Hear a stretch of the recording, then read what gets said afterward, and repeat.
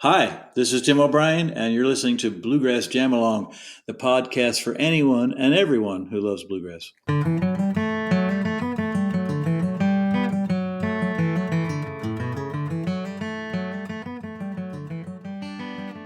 My guest on Bluegrass Jam Along this week is Tim O'Brien, who I chatted to a while ago when we did the Dot Watson episodes, which was marvellous. And Tim's got a new record out, which we're going to talk about today. Tim, welcome back. Thank you, Matt. Good to be with you again.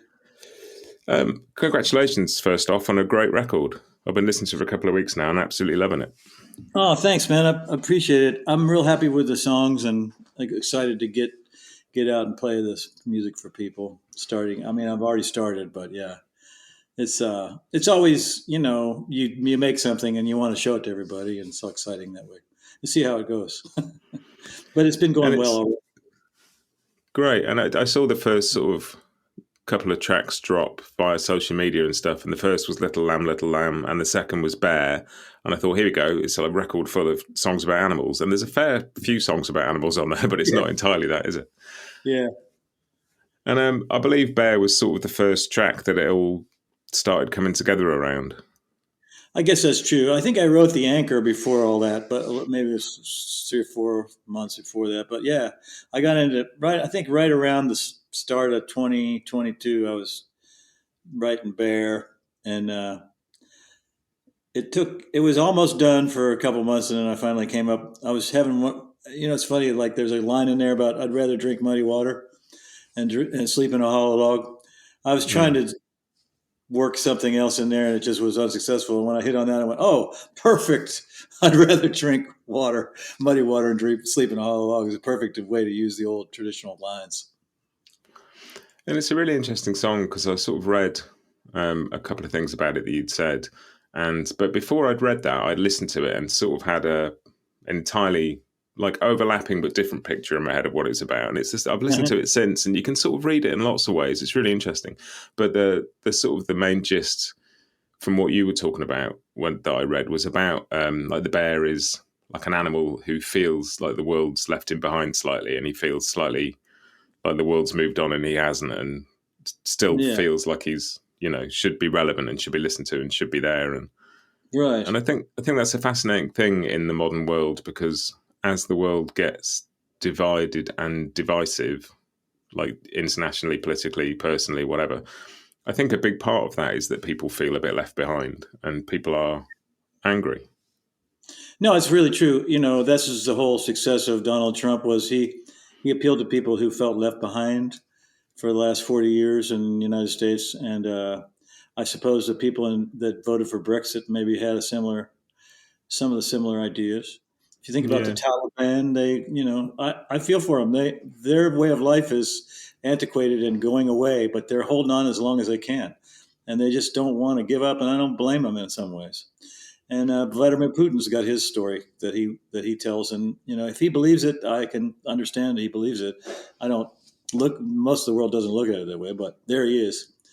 And the bear, when all his trees are cut down, when he wakes up from his winter nap, is kind of pisses him off, And I think that's sort of, in a way, a key to this record, is that it is about, it feels to me, I put words into your mouth, but it feels like it is about connection and understanding other people's stories, because essentially everybody has a story. And like you say, if they believe it, that's the way the world is to them. And it's too easy to just dismiss people as wrong because they don't, and particularly in the social bubble world we live in, where you can just surround yourself with people who agree with you. I thought it was a really interesting, so much of the record feels like it lives in that space somewhere. I think that's true. And the title track is kind of that way. It's like anybody that you see is your neighbor, and you can just treat them with basic respect. You don't have to go out of your way to, do something you wouldn't normally do. But if you want respect from them, you want to respect them as well, so that it can be reciprocal. And, just basic manners, politeness, just empathy. I've got a sign in my. Do I have it in here? I've got a sign in my yard. It's a political sign that I saw one day. It says "Frank Empathy." It's like red, white, and blue. It's as if it was a name. And I wrote I looked it up online, and all it was there was a website that said frankempathy.com. So I wrote to him and I said, "What is this? I really like this sign." And it turns out it's an art project. And the sign started showing up around the 20, yeah, 2016 elections, I think. Anyway, I really like that sign, and just kind of reminds me of that the the idea that you're talking about. Just Yeah, and uh, we respect one another. Try to and imagine where the place they're in. yes, and I think it's so important because like the old saying goes, you can love anybody if you know their story, but we don't have time to know most people's stories, so we have a sort of No. shorthand for dismissing people if they believe a certain thing or dress a certain way or like a certain kind of music or whatever. We just like dismiss whole swathes of people because we haven't got time to understand them. And so Mhm. those things that do seek to understand are kind of very moving in some ways. Yeah. Well, in little villages, people know each other and they have to get along, or they're just going to be unhappy every day. Um, they got to tolerate one another, and families are that way. You can't really not be a brother to your brother. It's just it'd be it's tragic. So even if you don't agree with them, you kind of got to give them their head and let them exist in their way, and maybe they'll let you exist too. So yeah, it's about that for sure. And it's funny because listening to Bear, like all of that is in there. Like having heard you talk, sort of talk about what the song sort of came from. But I sort of heard it as almost an ecological message of this bear What is is a that? bear, like it's a bear, and he That's doesn't. true. He's not interested in what we think he is, but we expect him to behave in a certain way because we've decided he's a bear and that's his place in the world. And it's sort of Right. the same thing, I guess. It is the same thing, and the natural world is those are our neighbors. Every plant and animal is a neighbor too, and they're of value even if we don't even know it. Ola Bell Reed had the motto. She said, "We all need each other whether we know it or not," and I really believe that. And she just said, you don't know what people are going through, but you need to help them if you can because they probably will help you later on. And like with the natural world, you're absolutely right. That's we disregard it, and it's brought us this far. We need to protect it. Yeah, and it's that thing of just kind of just presuming that because we've decided this is what the bear's place in the world is, that he's going to have read the same books we've had and come to the same conclusion. And from his point of view, we're the ones in the way and encroaching on his habitat and Yeah, all of that. And it just found it really deep and really sort of like, every time I go back to it, there's another sort of layer of something in there. And I love yeah. I like songs like that. I like the song because of that. Because it does go in a different direction, and also doesn't specify. It lets your mind wander. I almost didn't want to say all that stuff in the promotional materials, to let people figure it out. A lot of people are saying this is written from the novel The Bear Goes Home, and that's only one aspect of it. But you know, I was reading about dancing bears and how they taught them. They heat the floor, they heat tiles on the floor, and play music, and that's their signal to that the floor is going to get hot, and then they remember that. And it's very cruel. I Mm. didn't get that in the song. That's where the muddy water and hollow log came in. It replaced all that. I couldn't explain it, so it kind of goes away, but it's there for it really without all that in there. Anyway, it's just the process of writing. Um, And it's there was this, and putting a bear, making the character a bear, takes it out of it. It sneaks up on you because it could be about any kind of person who thinks like this bear.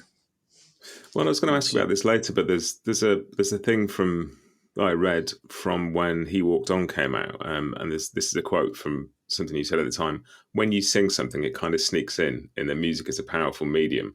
It's a language that's mysterious on its own. It tugs on the emotions. It grabs people's attention in a certain way and prepares them to hear things. And music kind of draws people together. And I think that's really true. Like instead of telling somebody something, you just sort of show it to them and let them work it out. yeah, if you can show it, and that's the game. That's the aim I try with the songs is instead of saying this is how I feel, or this is the way you should be, or we should be. It just sort of show the problem, show the story, tell the story, and let people make their own conclusions for sure. Um, but yeah, it's just I'm lucky every once in a while when stuff works out that way. I mean, but like I say, I think I'm getting better at aiming at the target and getting closer to the bullseye now and again. I just kind of keep trying. I think that's well, that's sort of like that sort of ties in with the idea of some of the, there's a song on the last record called "He Walked On," which is just sort of about keeping going, and Yeah, and that thing of journeys and process, and you get to places on the way, and stuff happens. But it's I've been thinking about this a lot this week, actually. Just the idea that maybe the art is actually the process, and the stuff that comes out the other end is just the byproduct, because yeah. I it's think that that the turning up art. every day, Yeah, no, the process is really, uh, at least as much as anything else. And then when you're done with it, yeah, like it's up to everyone else. That's their time to reflect on it. And any kind of if somebody says I took this from the song, I go, great. I didn't. I might have not even thought of that, and it makes me happy. As opposed to no, it's not about that. So I don't yeah. really. I don't need to. I don't need to own it once it's out. I mean, I own it, and yet it's really for everyone else to use. It's sort of the presumption that any of us really know what we mean at any given time anyway. I can say stuff all the time and think this is what I believe, but you sort of go back and then think about it a bit more and go, oh, maybe I don't know, I'm not sure. You And know, the writing is a way of kind of organizing your thoughts too, and sometimes you don't realize what you want to express until you've worked on the song. Because sometimes you'll stop and say, "Gee, that's not the right way to approach this. It's not fair, or it's not clear." You really learn kind of what you're about, and it's when you start, you don't really know what you're about, and you do learn. But I was just going to say that the music and the lyric, they're kind of part of a structure, and they kind of lean on each other. They don't need as much strength when they bond. There's some kind of lightweight kind of, if you keep a little space in it, it's kind of really strong, but there's a lot of room for other stuff to fall in there. And but you don't have to necessarily be so specific, and so it doesn't have to be. It doesn't really need much. It's just a little suggestion, and the sort of musical thing is like I don't know. That's like trees growing and the sun shining, or it's like natural stuff. It's like it's mysterious and not. There's no real definition about it. You hear it and you know it, but it's kind of it's an invitation into the thought world, internal world or something. It's it really helps the lyrics, and the lyrics help the music. The music might not be very good either sometimes, but just a little bit of lyric will make it strong.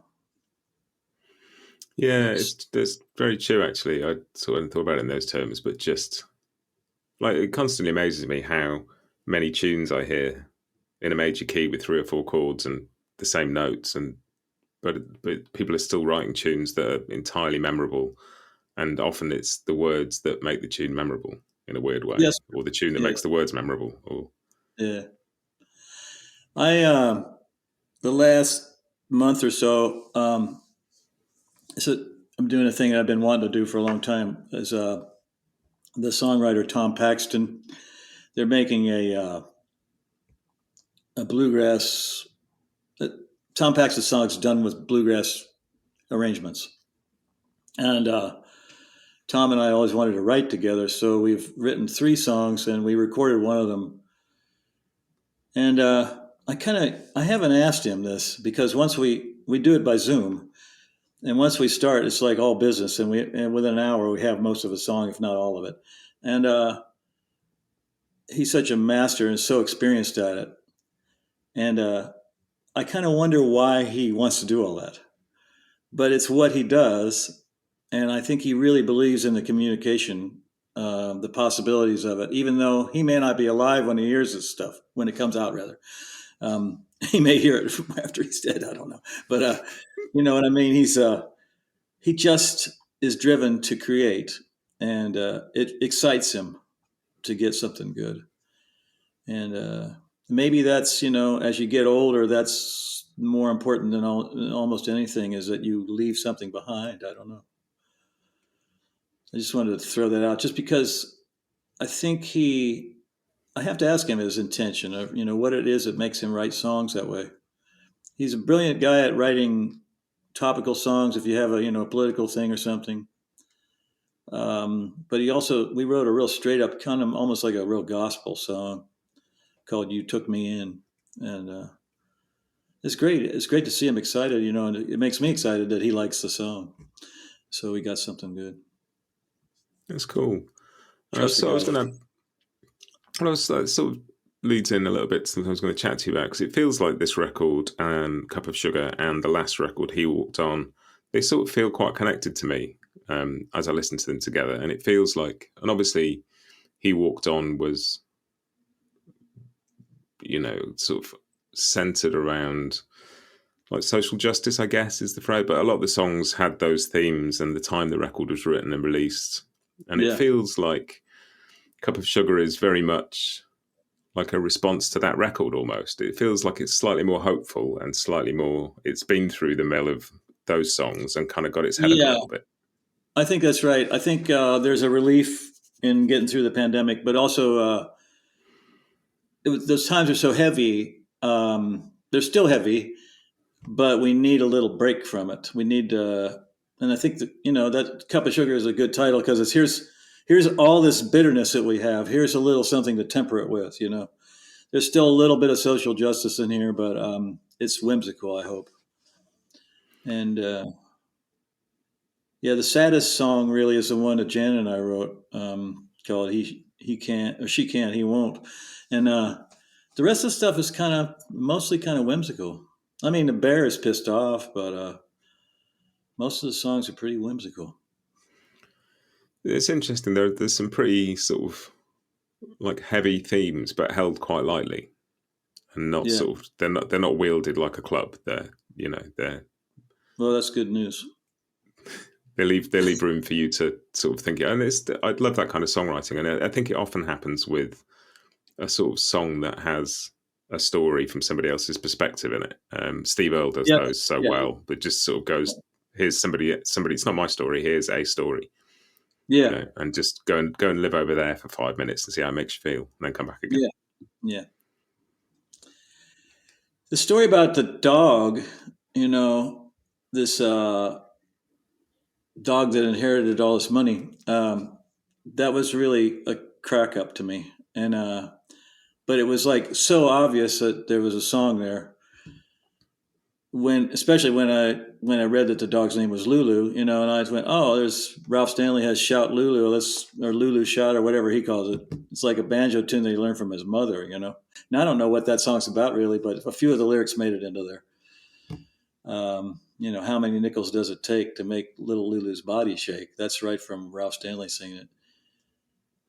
And but it's like the context around here in Nashville is really tangible because of the statue that was along the interstate of this white supremacist Civil War guy.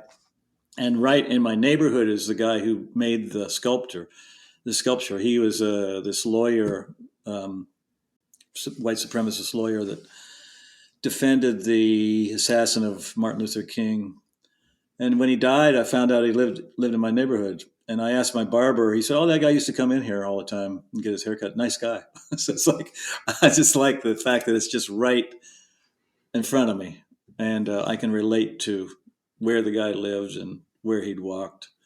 And then his friend who gave him land to put up the statue.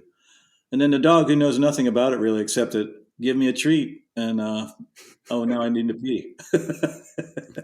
I just think Yeah, that's a story. It's just like too funny to not be told. and there's a much more like there's a very kind of sort of worthy and serious version of that song you could have written instead. You know, this idea and that word whimsical. It's sort of I think that lightness allows the depth, if that makes sense. It I allows hope that to so. come through. You know. Yeah, I hope so. Playing, it's a real cottage industry around here. Jan and I working in the office and doing the release ourselves, and we contract out publicity and radio promotion and that kind of stuff. But we're kind of doing most of the stuff here and making original art for the thing. For the last record and this record was kind of part of that too. It just seemed easier. It seemed more honest and kind of, we're kind of, you know, we're not retiring, but we're slowing down. And it's kind of makes sense to kind of shrink it a little bit. And in some ways, it's made it better, so more personal. Danny Barnes is one of my good buddies and a great musician and songwriter. And I showed him what I was painting for. He walked on. He said, "Oh, that is so good. That's so much better than anything anyone else could do." And it's just that's what he does. He writes. He makes his own art. But it's like just getting that endorsement really gave me the faith that it maybe would work, and I think it is. It does feel good to do that. I'm not that good at it, and I worked hard, and I don't get into it until I have a project to do. So it's kind of funny. I should be practicing every day, like I used to practice the mandolin and the guitar, but it is a little bit I more personal. Yeah, and it becomes if you practice every day, it becomes a different thing. You know, you could Yeah, spend 364 days a year making a great album cover and then record a load of tunes really quickly. It yeah, wouldn't be the right, same thing. But it's right. interesting that sort of that talking about doing all at home like a cottage industry. There's something very similar over here with Kate Rusby in the way that they set up their Yes, family record label, and her parents are involved, and her sisters involved, and her brothers involved, and Kate yeah, Rusby is a family industry, and yeah, really. there's something just lovely about that, something very down to earth, and particularly at the time where her career started and the world was becoming more digital, and that felt like it was really old fashioned. It feels Yeah, they even were more. really they were really renegade, the Rusby family, and they didn't even realize how smart they were until it was all really working beautifully. And I'm sure it's still going that way. I haven't seen Kate in a long time, but that's a real good example of that. Just how much control over what she puts out she's able to exercise. Yes, yes. Yeah. She's well. They're also kind of going. I remember when they had. I don't know if you remember the group, The Equation. She Mm. was in that briefly, but she left. She and Catherine Roberts and the two of the Lakeman brothers. Or maybe it was all three of the Lakeman brothers: Seth, Sean, and Sam. Maybe the five of them. But she quit the group, and they had put out the Kate and Catherine record.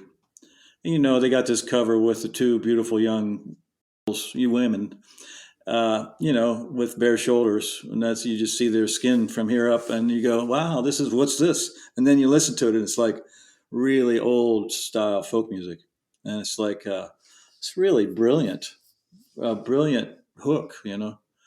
They lure you in, and then you go, "Oh yeah, this is really pure and beautiful." And Kate's case, she just kept doing that kind of thing. Yeah, and it's I think sort of listening to these songs on this record, and there's something that feels very and I guess this is something that I've felt through your music for years, but there's something very immediate about it in that sense of, we're just talking about Kane presenting her stuff direct herself without it going through a load of filters.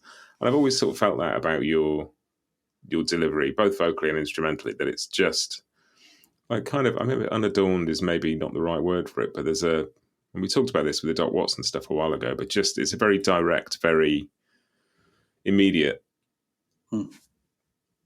expression of something that doesn't try to do anything other than communicate, Yeah, and I think it's very appealing. that's the real aim with the music and with a show is that we get to communicate with one another, the audience to the performer and back. It gives people a chance to stop, the chaos or the noise in their life and sit down and let music intervene for a minute. And there's really not much that you need to do after that. You just get everybody together and they trust each other, and then you just can see what happens. And a performer has to be prepared to have a few options to in case things are going to go sideways. But basically, everybody's on your side when you start, and you just try to be friends. So I don't know. I'm sure you know, it seems very simple to me. I, you know, I would think almost anybody would try to be direct, but some people are putting on a show, more of a show. They play a part. They have a sort of invented personality, maybe, Hmm. and that can work for a while. But I've never. Well, I did have a personality with Red Knuckles for sure, and just turned into a different person. But that person was really me too, and I don't know. It's hard to explain, but yeah, when I quit playing with Hot Rise, I kind of wanted. I decided I didn't want to be two different people anymore, and I didn't. I wanted to, I didn't want to have to bring different clothes that I wouldn't wear, normally the regular part of the day, that kind of thing. Tried to make my life just sort of, you know, seamless and just, not seamless, but simpler. And maybe that's an outgrowth. What you're talking about is an outgrowth of that desire, that approach. And that's interesting. Did the music change in any way after that, in terms of the way you wrote? Did that sort of feel like it There reconciled was, anything, or? it did change, I suppose, in that there was no structure on it necessarily. It was all just about what I felt like I could pull off, and I was always trying to write better songs. Coming to Nashville in the late years of Hot Rise and co-writing with people and hearing what other people are doing, it gets you up on your game. You see what the competition is, and so the other thing is I was not writing for a bluegrass band, and bluegrass, even within bluegrass, you have Hot Rise had a certain thing that we wanted to do that we were good at, and there were certain other things that we couldn't do, and we were smart not to try it. And the stuff that Bela Fleck does, that we were never going to play that way. And so, but even so, just being in bluegrass, that there is a little bit more borders and strictures and rules and things. Hmm. So it changed a little bit that way. And it's interesting because I've seen you play lots of times, I guess, over the years in lots of different settings, but it always feels like the same thing. And so I've seen you. I think the first time I saw you was at Cambridge Folk Festival in 1995, I think. Wow. Yeah, could be right. And that was with the O Boys. I saw the Crossing tour where you had a Yeah. whole bunch of people with you. I've seen you play on your own. I've seen you sort of do songs with the Transatlantic Sessions tour, and so Mhm. they're all very, very different sort of musical settings. But Yeah. it's all feels like Tim O'Brien. Well, that's good. That's uh, that's a great compliment. That what I don't know if I said this in our last interview, but Thelonious Monk, he has rules for musicians, and one of them is the genius is the one who sounds the most like himself. I thought that was wonderful. I've got it. I'll let that go. Yeah, it's just about getting to who you are and what you can do, what you can't do, and expressing yourself cleanly. I find that older musicians get more concise, and maybe the songwriters do too. I don't know.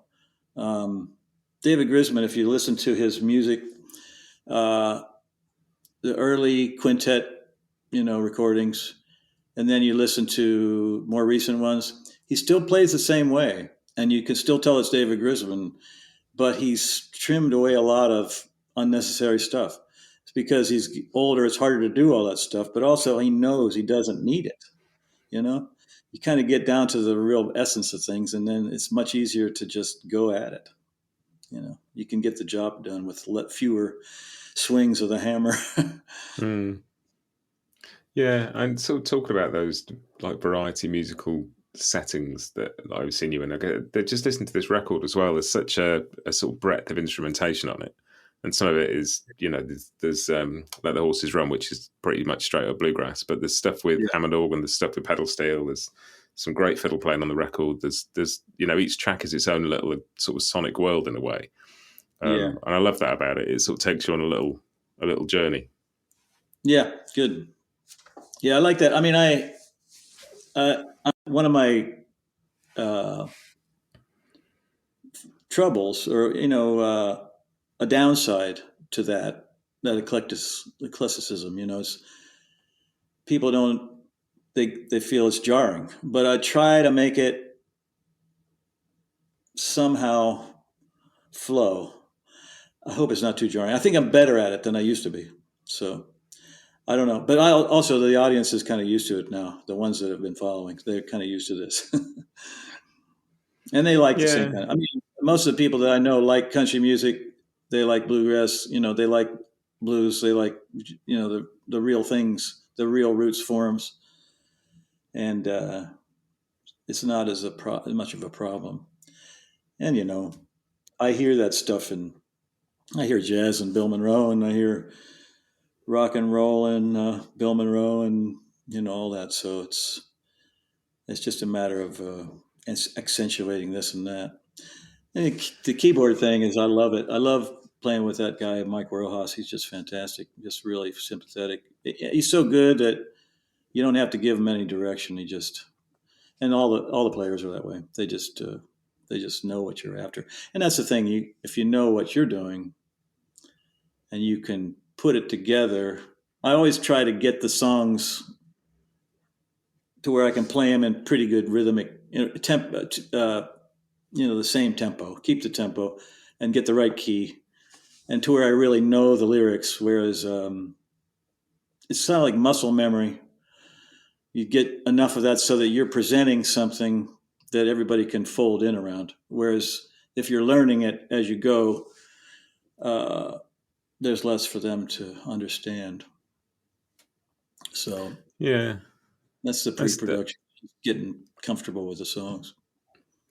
It's interesting talking about that, about instrumentation, and you sort of talked earlier about stopping playing with Hot Rise and sort of being freed from that the rules of writing for that ensemble, and I guess it overlaps a bit with what we've been talking about, and the idea of genre in music is something that is there to. It doesn't really help anybody listening to the music, or it doesn't really help the music. It's just there to make things convenient, and it's Yeah, people do get very divided about music, about this is good music, that is bad music, this is right, this is that, and it's back to what we were talking about at the beginning, really, with all that.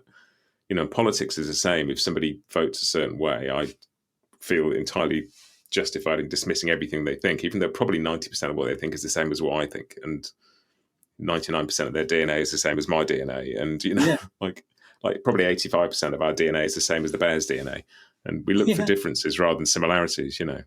hmm yeah. No, that's really true. Uh, I I'm trying to battle against that. Is all. Well, I think it's really important to notice your differences, but also the similarities. That's all. It's just trying to be round. It's like holistic. I think that's what I found like so moving about this record, because although there is quite a bit of whimsy to it, it also most of the songs feel like they're about connection, even if it's when people aren't connecting, like She Can't, He Won't. Even when there's a Mhm. lack of connection, Yeah, there's always that desire for things to be okay, and a little bit of hope, and a little bit of like Little Lamb, just this sort of standing on your toes when spring comes along, and just breathing in and feeling the world come alive again. And yeah, it feels like a very up record, and this might just be me. I might be a bit odd, but I tend to get much more moved by art that has hope in it than art that is. I love a sad song. Don't get me wrong, but I tend to get more moved by something that yeah. gives me hope. Well, good, good. That's I'm glad. I'm glad it worked for you. you know, I'm trying to entertain a little bit and express myself, but like I say, whatever anybody else gets out of it is great, and I just hope that it works. And it's, I'm glad you hear it that way.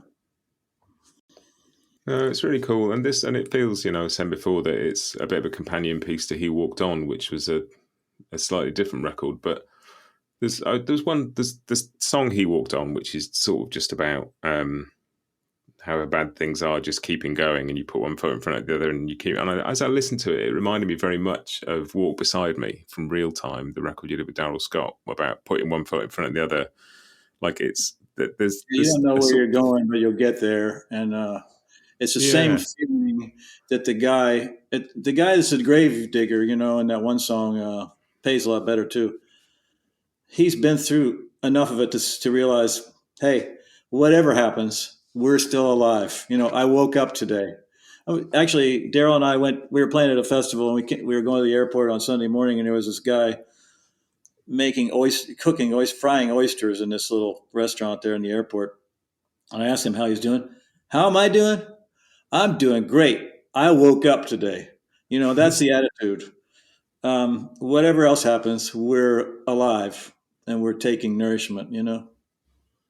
I like that. Yeah, and after a few years of some of that feeling like it was slightly more in question, Mm. just coming out. I mean, there is that sort of springtime reawakening thing in the air at the moment where things were dark and the world felt small for a while, and all of a sudden Yeah, the this world it feels is big again. kind of a little bit of a springtime from the pandemic in it right now. It's like the spring, like 2021. They tried to reopen. It was kind of iffy. 2022, same. And this year, it seems like it really is back opened. And so maybe it is kind of the spring of the pandemic, winter, finally. Did you manage to tour much for He Walked On? Did you manage to get out and play for that record? Yeah, we did. But the year that it came out was iffy. So we're kind of touring, 9 months and a year after the fact. And that's tough with the press and everybody. They're not going to write about it again. So, but it worked out. But it was a lot slower. And presumably, you said at the beginning you've got stuff lined up for this record already. Got a tour planned for Yeah, that. I've got quite busy summer, and it'll be great. A lot of shows with the band, and we're actually getting to Prague and to La Roche Festival this summer in August, which will be great. Never been to Prague, so got some new things on the calendar, which are exciting. Cool. Any chance we're going to get you back over here in the UK at some time soon? We're Jan and I are coming in January, and we have like 8 shows or something leading up to Celtic Connections. Oh, great. I'm not sure what we'll do there, but I think we're going to be playing there. Yeah, Excellent. It's I wish always a I'd good get time over there here. sooner. I wish I'd gotten there sooner. It's kind of hard to tour service the entire world. I mean, but we'll get there. But I guess the orders from the distributor in advance are pretty strong, so obviously that's good, and so maybe that'll help when we finally come and play. People will remember the record. Yeah, yeah. Well, best of luck with it. I hope so. It's a great record. I'm enjoying it immensely. Thank you very much. It's great to talk to you again, Tim. Thanks for doing this. Thank you for bearing with me. Take care of yourself.